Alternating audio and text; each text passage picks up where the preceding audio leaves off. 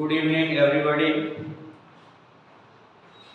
आज का नया टॉपिक लेकर के हम आए हैं खर्च पर आधारित प्रश्न का तीसरा टॉपिक। बहुत ही इम्पोर्टेंट टॉपिक होता है, बहुत ही परीक्षाओं में ज़्यादा पूछे जाने वाला प्रश्न है और आर.एस. अग्रवाल के बी पोर्शन में, करंट पब्लिकेशन में और भी अन्य किताबों में इम्पोर्टेंट क्वेश्चन पड़ा होता है। कम जानकारी देकर के ज़्यादा पूछ लेना। कभी कभी तो कुछ स्टूडेंट को ये पता ही नहीं चलता है कि सवाल को हम कहाँ से उठाएं, कहाँ से शुरू करें। तो आपको इसमें बहुत ही सरल भाषा में और बहुत ही सरल तरीके से अभी हम आपको समझाने जा रहे हैं। ये क्वेश्चन आपके लिए बहुत ही सिंपल और बहुत ही आरामदायक हो जाएगा कि इस क्वेश्चन को तो आप हंसते हंसते सॉल्व कर सकते हैं। हमारी वीडियो के साथ अंत तक बने रहिए, लाइक करिए, सब्सक्राइब करिए और भी स्टूडेंटों को भेजिए, आप अपने मित्रों को भेजिए। देखिए कि सवाल को लगाना कैसे सीखते हैं। देखिए, खर्च पर आधारित प्रश्न का तीसरा टॉपिक सी पार्ट में पढ़ रहे हैं। इसमें सवाल आता है, सवाल का तरीका ये है, कह दिया जाए जैसे एक व्यक्ति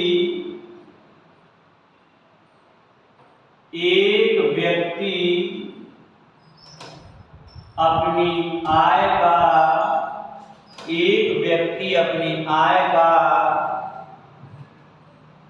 80% खर्च करता है। एक व्यक्ति अपनी आय का 80% खर्च करता है यदि उसकी आय में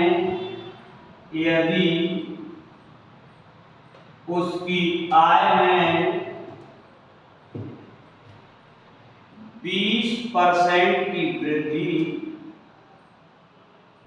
यदि उसकी आय में 20% की वृद्धि और खर्च में 10% की वृद्धि, 10% की वृद्धि हो जाए। एक व्यक्ति अपनी आय का 80% खर्च करता है यदि उसकी आय में 20% की वृद्धि और खर्च में 10% की वृद्धि हो जाए, तो बताइए उसकी बचत में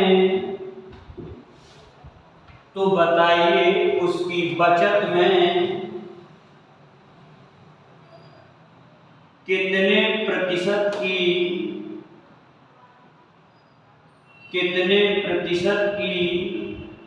वृद्धि होगी।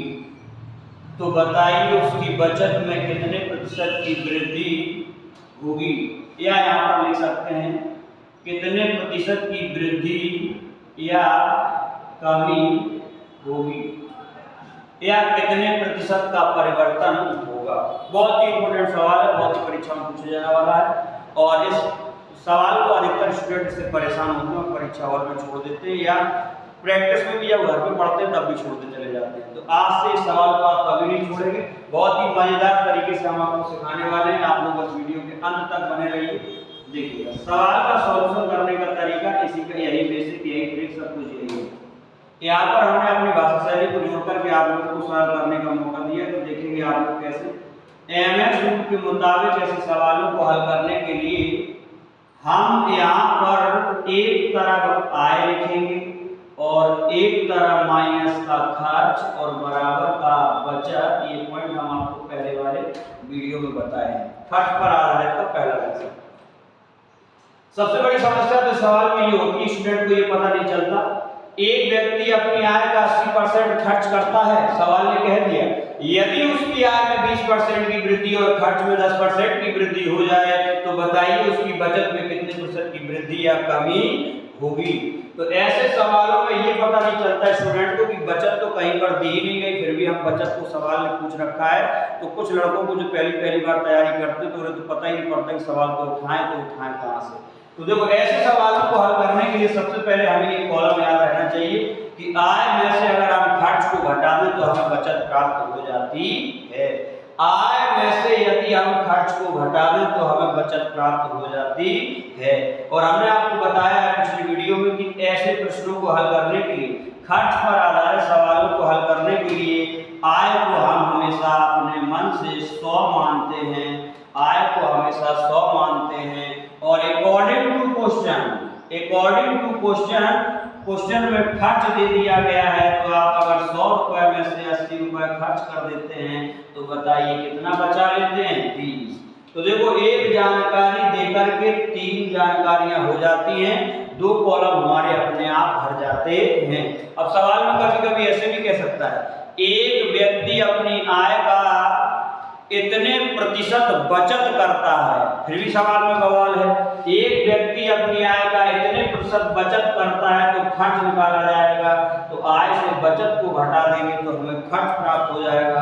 अधिकतर सवाल इसी पैटर्न पे पड़ा हुआ है, तो आगे बढ़ते हैं। अब ऐसे सवाल को हल करने के लिए अपनी भाषा शैली में सबसे पहले हम ये बताने जा रहे हैं कि ऐसे सवालों को हल करने के लिए आय माइनस का खर्च बराबर का बचत, आय माइनस का खर्च बराबर का बचत। सबसे पहला कॉलम आय को 100 भर देंगे, अकॉर्डिंग टू क्वेश्चन प्रश्न के अनुसार दिया गया खर्च भर देंगे और अपने मन से सोचिएगा क्या, बचपन में मान लीजिए आप स्कूल नहीं जाते तो आपके माँ बाप आपको 100 रुपए का लोभन देते हैं, प्रलोभन देते हैं, लालच देते हैं कि 100 रुपए मिलेंगे यदि आप स्कूल जाइए।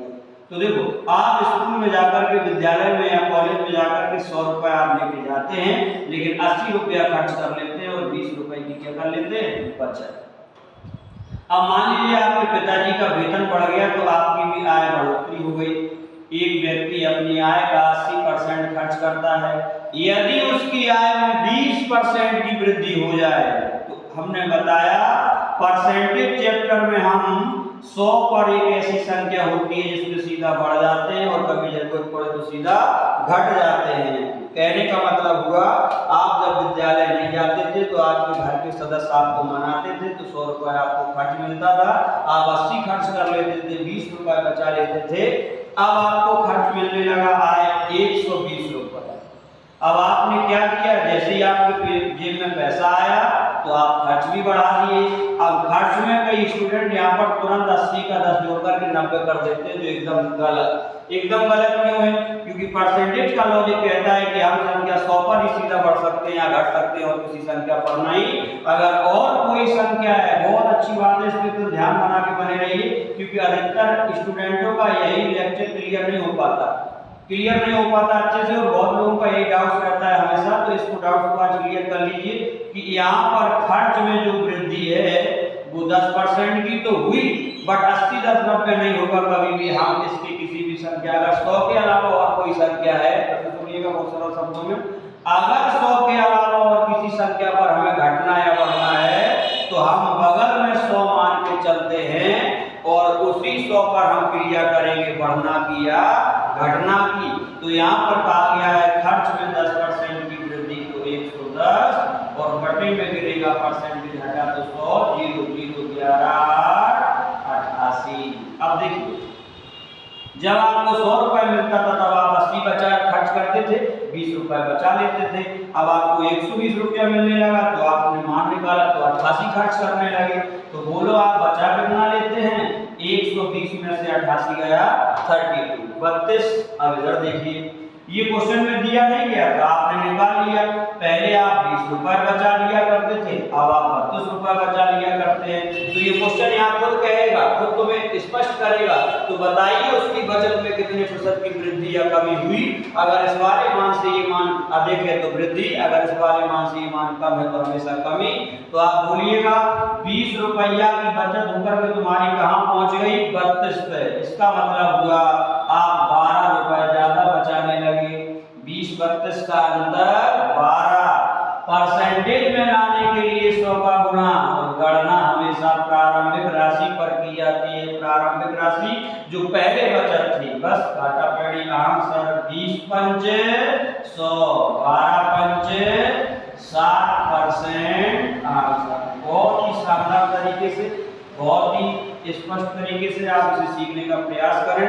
और कोई भी कंसेप्ट सीखने के बाद, कोई भी सवाल सीखने के बाद, मैं ये नहीं कहता कि हमारे यहाँ से यूट्यूब चैनल से आप हमारे चैनल को देख करके सीखें, जहाँ से भी सीखें। एक ये हमारा लेक्चर है कि आप ढेर सारे सवाल ढूंढ करके लगाया करें, तभी आपका कंसेप्ट क्लियर होगा। ठीक है, तो यहाँ पर देखो आय हम सबसे पहले मानते हैं 100, खर्च जितना कहा उतना रखा, 100 में से 80 गया, हमारी बचत 20 हो गई। एक शर्त दी जाती है, 2 कॉलम हमारे अपने आप भर जाते हैं। आय में अगर कह दिया जाए वृद्धि या कमी, 100 पर हम सीधा घर कर सकते हैं और किसी संख्या पर नहीं। खर्च पे हमने देखा तो हमने बताया कि एक संख्या 100 ही परसेंटेज में ऐसी होती है जिससे हम सीधा बढ़ते हैं या घटते हैं और किसी संख्या पर नहीं। अगर और किसी संख्या पर घटना या बढ़ना है तो उसके बगल में हम 100 लेते हैं, अगर वृद्धि का है तो 100 पर बढ़ेंगे, कमी का है तो 100 से घटेंगे। तो यहाँ पर हमने कैलकुलेशन किया तो हमारा मान मिला 88। तो अब ये देखेंगे 120 में से अगर हम 88 खर्च कर लेते हैं तो हमें 32 मिलता है। तो पहले हम 20 रुपए की बचत कर लेते थे, अब 32 रुपए की बचत कर लेते हैं। तो कितने रुपए अधिक बचाने लगे, यही क्वेश्चन में पूछा है। तो 12 और परसेंटेज में लाने के लिए 100 का गुणा, तो यहाँ पर गणना हम हमेशा प्रारंभिक राशि पर करते हैं तो हो जाएगा 20 पंजे 100, 12 पंजे 60% हमारा हो गया आंसर। इसी के बढ़ते करके में आगे देखेंगे। क्वेश्चन के मुकाबले हो गया, तो बताइए उसकी बचत में कितने प्रतिशत की वृद्धि या कमी हुई। तो यहाँ पर आंसर हो गया 12 पंजे 60% आंसर।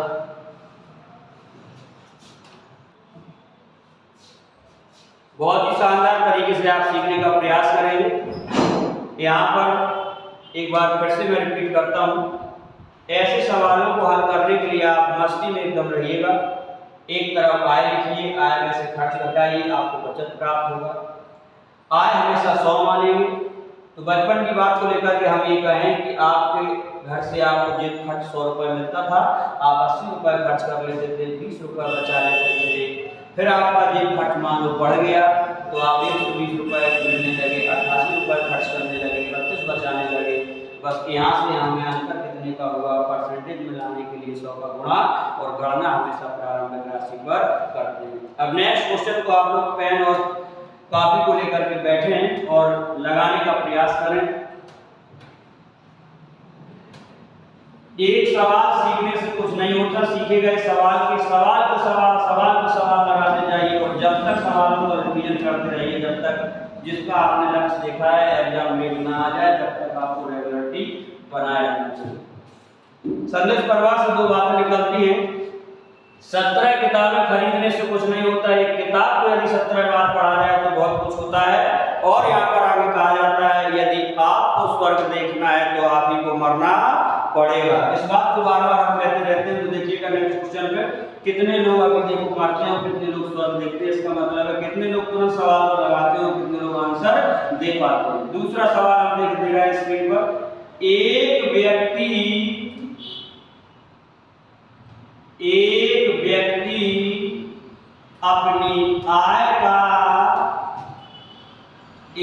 व्यक्ति अपनी आय का 70% खर्च करता है। एक व्यक्ति अपनी आय का 70% खर्च करता है। यदि उसकी आय में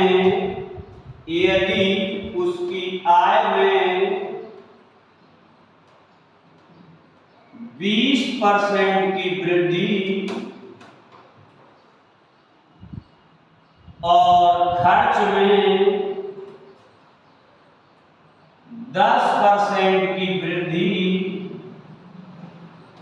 एक व्यक्ति अपनी आय का 70% खर्च करता है। यदि उसकी आय में 20% की वृद्धि और खर्च में 10% की वृद्धि कर दी जाए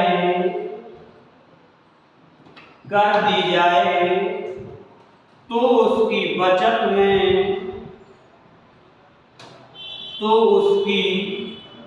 में कितने प्रतिशत की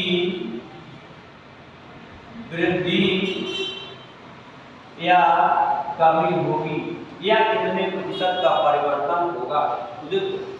सवाल को लगाने के लिए हम तुरंत देखेंगे हल, और एमएस रूल के मुताबिक ऐसे सवालों को हल करने के लिए हम एक तरफ आय लिखेंगे और माइनस का खर्च करेंगे बराबर का बचत। आय हमारा हमेशा 100 भरेंगे, अकॉर्डिंग टू क्वेश्चन के अनुसार खर्च 70 दिया है। 100 में से 70 गया, बोलो 30, यहाँ पर हो गया 30। आय में हम कर देते हैं 20% की वृद्धि, सीधा बढ़ जाते हैं 120 और खर्च में हम आएंगे तो वही लेंगे 70 गुणित का 110/100। 2 बिंदी से 2 बिंदी खत्म हो गया, 11/77। पहले आपको 100 रुपए मिलता था, आप 70 खर्च कर देते थे, 30 रुपए बचा लेते थे। अब आपको 120 रुपए मिलता है, 77 खर्च कर देते हैं, तो आप कितना बचा लेते हैं? बोलो बोलो। तो यहाँ पर 10 में से 7 हो गया 3 और 2 की मानी 12, 12 में से 8 गया, 10 में से 7 गया 3, 2 की मानी 12, 12 में से 8 गया 4। ये देखो, अब आप 43 रुपए बचा लेते हैं। अब आप 43 रुपए बचा लेते हैं तो देखो पहले 30 बचा पाते थे, अब 43 बचाने लगे हैं। कितना ज्यादा बचा लेते हैं? 13%। में लाने के लिए 100 का गुणा और गणना हमेशा प्रारंभिक राशि पर की जाती है। एक बिंदी से एक बिंदी कैंसिल और ये हो जाएगा 130/3। 3 चौकों 12, 3 त्रिका 9, 3 चौकों 12, 3 त्रिका 9, 43 सही 1/3% आंसर। एक व्यक्ति अपनी आय का 70% खर्च करता है। यदि उसकी आय में 20% की वृद्धि और खर्च में भी 10% की वृद्धि कर दी जाए तो उसकी बचत में कितने प्रतिशत की वृद्धि या कमी होगी? ऐसे सवालों को हल करने के लिए हम आय में से खर्च को हमेशा घटा देते हैं, हमें बचत प्राप्त हो जाती है। आय को हम हमेशा अपने मन से 100 मानते हैं। अकॉर्डिंग टू क्वेश्चन दिया गया खर्च 100 में से 70 घटाया, बचत वाला कॉलम अपने आप भर जाएगा। 100 में से 70 गया 30। अगर आय में इतनी वृद्धि या कमी कह दी जाए तो 100 पे सीधा घट जाते हैं या बढ़ जाते हैं। और खर्च में अगर कह दिया जाए अगर 100 के अलावा और कोई डिजिट है तो बगल में 100 मान को उस पे बढ़ते या घटते हैं। तो यहाँ से हमने कैलकुलेशन किया, यहाँ से 100 रुपए मिलता था, जब 70 खर्च करते थे तो हम 30 बचा लेते थे। अब 120 मिलते हैं, 77 खर्च कर देते हैं तो 43 रुपए बचा लेते हैं। 30 रुपए बचाते थे पहले, अब 40 बचाने लगे हैं तो कितना ज्यादा बचाने लगे हैं? 13 रुपए। परसेंटेज में लाने के लिए 100 का गुणा और गणना हमेशा प्रारंभिक राशि पर की जाती है। एक बिंदी से एक बिंदी कैंसिल हुआ, 130/3 को लिख सकते हैं। 43 सही 1/3% आंसर। इसके साथ 43 सही 1/3% आंसर। अब ये देखो आपको हमने अभी 2 सवाल कराए। अब इसी में तीसरा सवाल हम आपको स्टार लगा के पढ़ाते हैं और आप ध्यान देंगे उसमें तो एक ऐसा कंसेप्ट आएगा, आप वीडियो को अंत तक जरूर देखें। उसमें तो ऐसा कंसेप्ट आएगा आपको पेन ही नहीं चलाना, बिना पेन चलाए आंसर देखिएगा। तीसरा सवाल,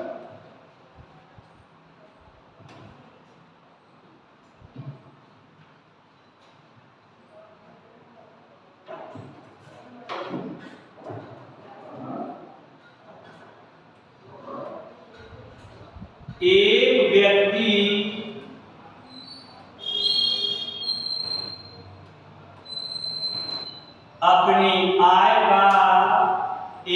व्यक्ति अपनी आय का मान लीजिए 80% खर्च करता है। एक व्यक्ति अपनी आय का 80% खर्च करता है।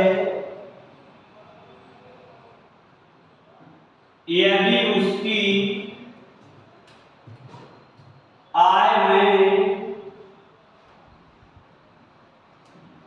10% की वृद्धि, यदि उसकी आय में 10% की वृद्धि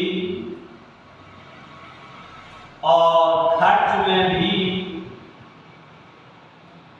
10% की वृद्धि कर दी जाए या हो जाए।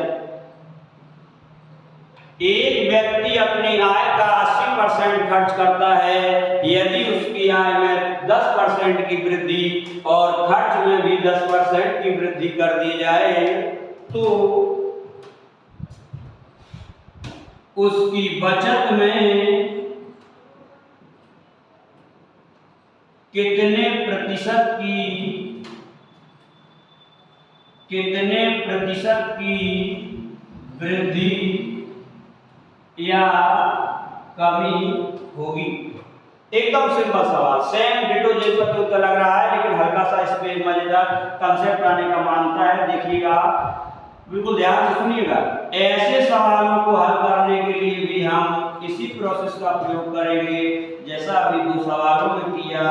आय में से तुरंत खर्च को घटाएंगे, हमें बचत मिलेगा। आय में से खर्च को घटाएंगे, भाषा शैली याद करने के लिए तरह तरह की आप बातें बना सकते हैं। अगर आय में से धोखे में भी हमने खर्च को घटा दिया तो हमें तुरंत बचत प्राप्त हो जाएगी।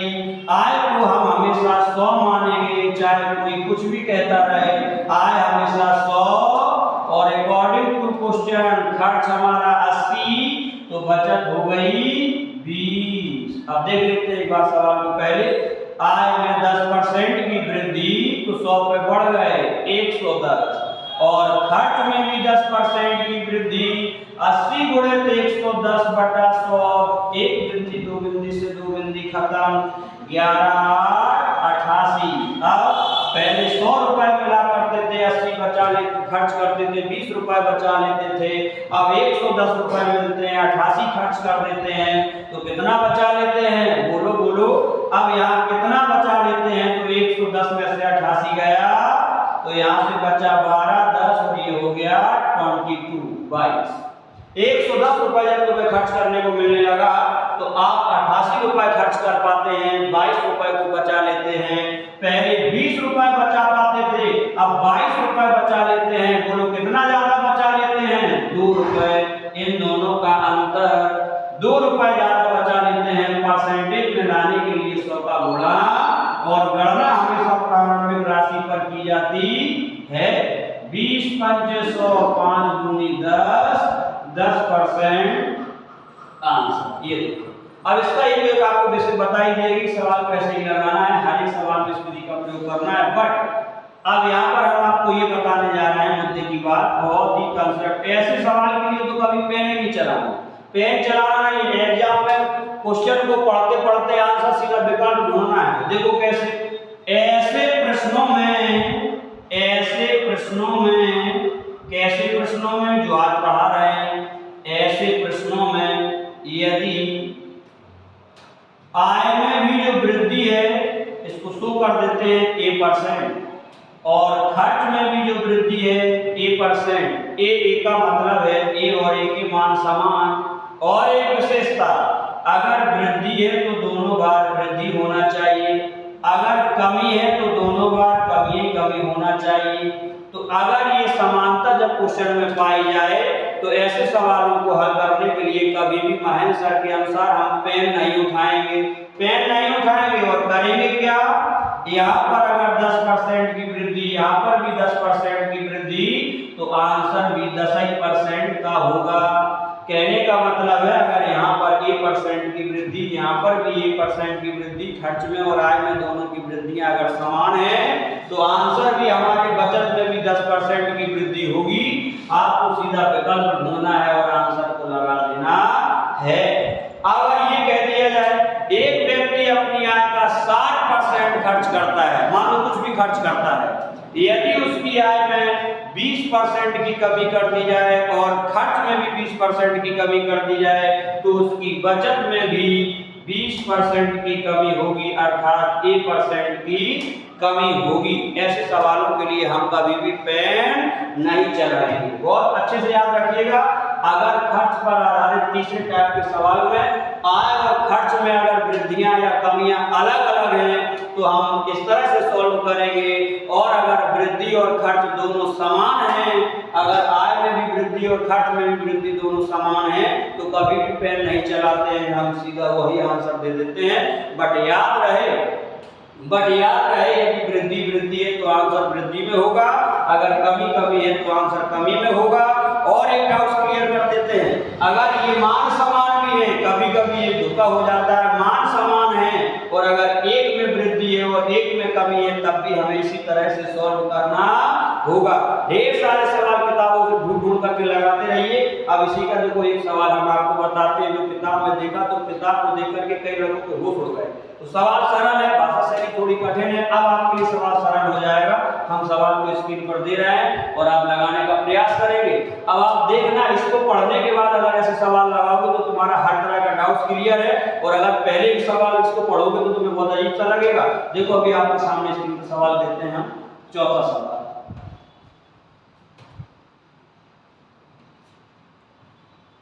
मैथ्स बाय महेश पर यूट्यूब पर जुड़े हुए जितने भी विद्यार्थी हैं उन सबको ढेर सारी शुभकामनाएं और सवालों को सीख करके लगाने का बहुत सारा प्रयास करें। जल्दी हम लोग देखो पीडीएफ का भी प्रावधान करते हैं। चौथा सवाल ऐसे कह दिया जाए, एक व्यक्ति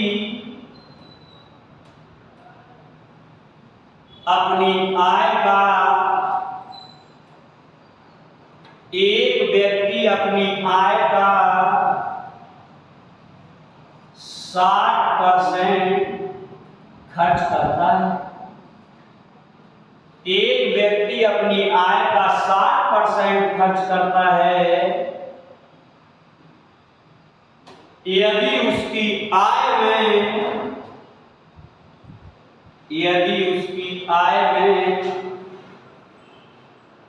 12/1/2% की वृद्धि कर दी जाए, यदि उसकी आय में 12/1/2% की वृद्धि कर दी जाए तथा खर्च में भी 12/1/2% की वृद्धि कर दी जाए,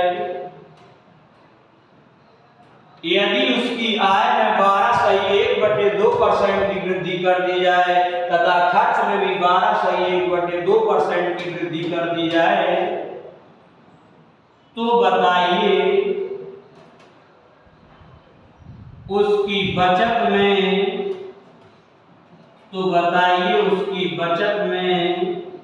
कितने प्रतिशत की वृद्धि या कमी होगी। तो बताइए उसकी बचत में कितने प्रतिशत की वृद्धि या कमी होगी। जो कि सवाल आपके सामने स्क्रीन पर है। एक व्यक्ति अपनी आय का 60% खर्च करता है, यदि उसकी आय में 12/1/2% की वृद्धि कर दी जाए तथा खर्च में भी 12/1/2% की वृद्धि कर दी जाए, तो बताइए उसकी बचत में कितने प्रतिशत की वृद्धि या कमी होगी। अब ऐसे सवालों को हल करने के लिए जो लड़के एकदम इंटर पास करके आते हैं कंपटीशन के मैदान में, तो उनके लिए तो ये डिजिटें बहुत परेशान करती है। 12/1/2, 33/1/3, 66/2/3 सवाल को देख करके लड़के सवाल को छोड़ना शुरू कर देते हैं। हमने आपको अभी बताया है नोट्स के मुताबिक कि यदि ये वाली समानता 1% और 1% आय में भी और खर्च में भी, तो आय में भी और खर्च में भी, आय में वृद्धि और खर्च में भी वृद्धि, तो बचत में भी वृद्धि, यही आंसर होगा। तो देखो इस सवाल को सॉल्व नहीं करना, 12/1/2%, 12/1/2%, तो इसी की कृपा से हमारा भी आंसर 12/1/2% ही होगा। ठीक, इसी के साथ ये हमारा कंसेप्ट पूरा क्लियर होता है। आपको ढेर सारी शुभकामनाएं। हाँ, अंत में ये जरूर एक बार कहेंगे, कोई भी हमारा अगर वीडियो है तो आप उसे अंत तक जरूर देखें, लाइक करें, सब्सक्राइब करें और अच्छा लगे तो अपने और मित्रों को भेजें जिससे उनका भी भला हो। और दूसरों का भला करने में आपको ये बात याद रखनी है कि आपने जो कंसेप्ट यहाँ से सीखा, तो उसके ढेर सारे सवाल ढूंढ करके लगाओ, तभी कंसेप्ट क्लियर होता है। अच्छे से रजिस्टर मेंटेन करिए और जैसा भी हमारा पढ़ाया हुआ आप लोगों को लग रहा हो कमेंट्स बॉक्स में जरूर लिखें और हम आपके साथ हैं। आप दिन प्रतिदिन आपके पास वीडियो आता रहेगा, आप पढ़ाई करिए। जो आपका रनिंग में एग्जाम लगा हो उसको फोकस करते रहिए और उसी के अनुसार आपके पास सवाल आते रहेंगे। जय हिंद, बेस्ट ऑफ लक।